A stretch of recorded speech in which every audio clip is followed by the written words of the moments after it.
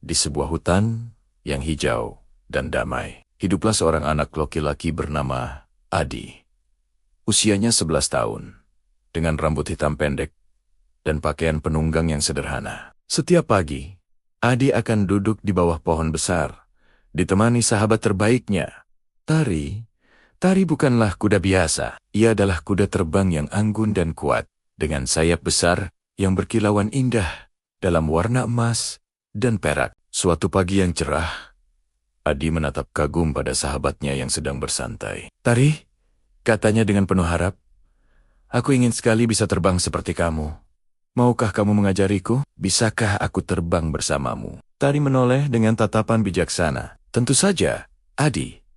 Tapi ingat, terbang bukan hanya tentang mengepakkan sayap. Kamu harus belajar merasakan angin, dan yang terpenting, percaya pada dirimu sendiri." Mata Adi berbinar penuh semangat. "Aku siap, ayo kita mulai petualangan ini." Tari pun merendahkan tubuhnya, mempersilahkan Adi naik ke punggungnya dengan satu kepakan sayap yang kuat dan anggun. Mereka melayang ke udara, meninggalkan hutan hijau di bawah mereka.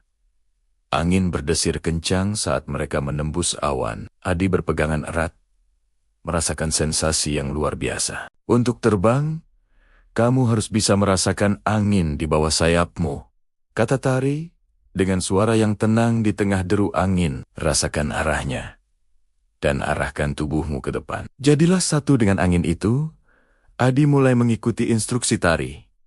Ia memejamkan mata sejenak, mencoba merasakan setiap embusan angin. Perlahan, ia mulai mengerti bagaimana mengarahkan Tari dengan gerakan tubuhnya yang halus. Mereka menari di angkasa, meliuk di antara gumpalan awan putih. "Wow, ini luar biasa," seru Adi dengan tawa bahagia. "Rasanya seperti aku menjadi bagian dari angin itu sendiri." "Itulah keindahan terbang, Adi," sahut Tari. "Tapi ingat, saat kita menikmati kebebasan ini, kita juga harus menjaga keseimbangan dan keharmonisan dengan alam di sekitar kita." Adi mengangguk. Hatinya dipenuhi rasa syukur. "Aku mulai mengerti. Tari, terima kasih banyak sudah mengajarkan aku hal yang sangat berharga ini." Mereka terus terbang, menikmati pemandangan hutan dari atas. Namun, ketenangan itu tidak berlangsung lama. Saat mereka melintas di atas bagian hutan yang lebat, tiba-tiba terdengar suara gemerisik yang aneh, diikuti oleh raungan yang mengancam. Dari balik pepohonan tinggi, muncul sesosok makhluk mengerikan. Bentuknya seperti naga raksasa, dengan mata tajam yang menyala-nyala, dan sayap besar yang memancarkan percikan api. Makhluk itu tampak sangat lapar dan marah, siap menghancurkan apa saja yang menghalangi jalannya. Adi menelan ludah. Rasa takut mulai merayap di hatinya. "Tari, lihat, apa yang harus kita lakukan? Pemangsa itu akan menghancurkan hutan kita." Tari tetap tenang, sayapnya mengepak dengan mantap. "Jangan khawatir, Adi. Kita akan menghadapinya bersama. Kita akan gunakan keberanian dan kecerdasan. Kamu sudah belajar cara terbang, sekarang saatnya kamu belajar cara melindungi hutan." Mendengar ketenangan sahabatnya, keberanian Adi pun tumbuh. Ia menegakkan punggungnya.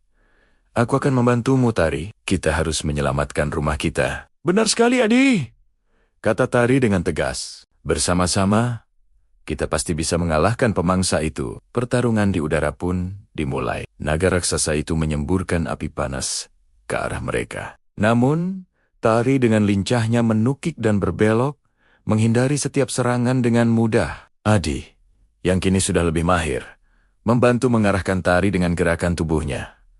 "Ikuti aku, Adi. Kita harus terus bergerak dan menghindari semburan api itu," seru Tari. "Aku bisa melakukannya, Tari," jawab Adi dengan penuh keyakinan. "Kita harus membuat pemangsa itu kelelahan." Mereka terbang berputar-putar di sekitar sang naga, menggunakan kecepatan dan kelincahan Tari sebagai senjata utama. Setiap kali naga itu menyemburkan api, mereka sudah berada di tempat lain. Naga itu mulai terlihat frustrasi dan kelelahan. Gerakannya menjadi lebih lambat. "Bagus, Adi. Dia mulai lelah," kata Tari. "Sekarang, gunakan pengetahuanmu tentang angin. Arahkan aku melawan arah angin untuk meniup kembali." Apinya, Adi mengerti. Ia merasakan arah angin, dan dengan cepat mengarahkan tari untuk melakukan manuver tajam. Saat naga itu menyemburkan api lagi, angin kencang yang mereka ciptakan meniup balik api itu ke arah si pemangsa. Naga itu meraung kesakitan dan kaget. Setelah beberapa kali serangannya gagal dan justru berbalik menyerangnya, naga raksasa itu akhirnya menyerah. Dengan raungan terakhir yang penuh kekalahan, ia terbang menjauh, meninggalkan hutan dalam damai. Setelah pertarungan yang sengit, suasana kembali tenang. Adi dan Tari terbang rendah di atas hutan, memeriksa keadaan. Pohon-pohon kembali berdiri tegak, dan udara terasa lebih segar. Kita berhasil, Tari, seru Adi dengan lega. Hutan ini aman sekarang berkat kita. Iya, Adi, kita berhasil melindungi rumah kita karena kita bekerja sama dan berani,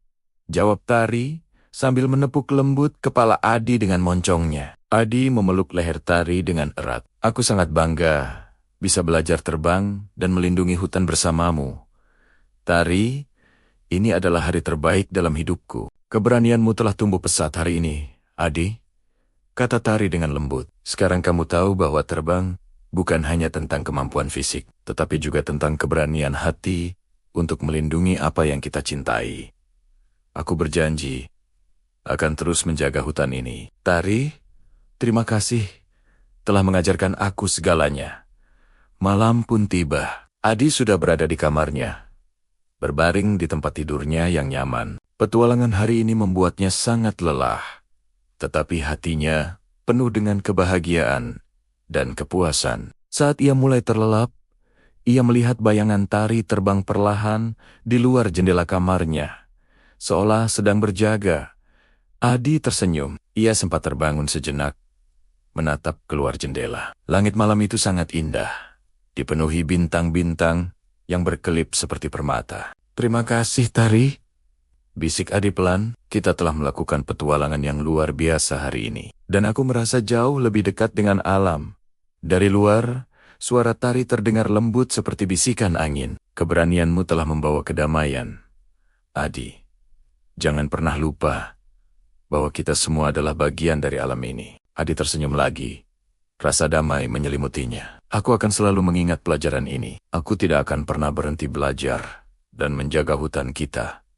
Dengan pikiran itu, Adi pun tertidur lelap, memimpikan petualangan terbang lainnya bersama sahabat terbaiknya. Semoga cerita ini menginspirasi kita semua untuk selalu berani, bekerja sama, dan mencintai alam di sekitar kita. Terima kasih sudah mendengarkan.